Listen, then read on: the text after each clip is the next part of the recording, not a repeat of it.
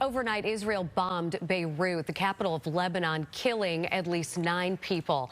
Israel is reporting since the beginning of its ground invasion in Lebanon, 8 of its soldiers have been killed. Fox News chief foreign correspondent Trey Yingst has been on the ground in Israel reporting on this war for now more than a year. So, Trey, what is the latest there this morning?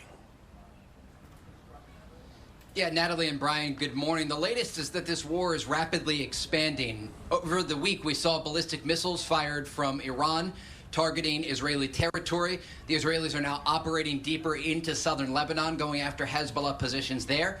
And the war inside Gaza continues between Israel and Hamas. And so there's a lot of instability across the region and major questions about how this conflict eventually is going to end. You know, Trey, you have been there since the very beginning. How has life changed over the past year for Israelis? They were always in a dangerous position, but now more than ever. Yeah, absolutely. We were in southern Israel on the morning of October 7th, on Black Saturday, and we saw the massacre unfold. People died in front of us, and this really changed the Israeli psyche that day.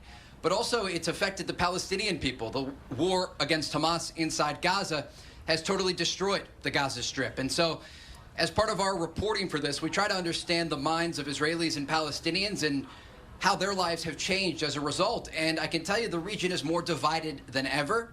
And there are real questions about how all of this is going to shake out.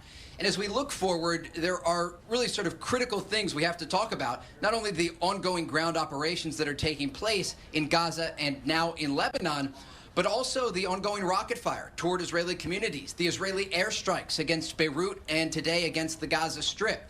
And so we try to break all of these things down and see how they affect the population at large. Now, Trey, you've been there on the ground. What can you tell us about maybe what you're hearing about possibly the U.S. getting more involved in what's happening there in the Middle East? Yeah, so the United States is poised to intervene as they see fit. We know there are still American assets throughout the region.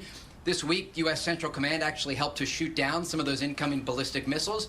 And we can expect close coordination between the Israelis and the Americans because there's a real understanding here that the conflict is no longer just focused on Gaza, but now the northern front with Lebanon and possibly an expanding front with the Iranian regime.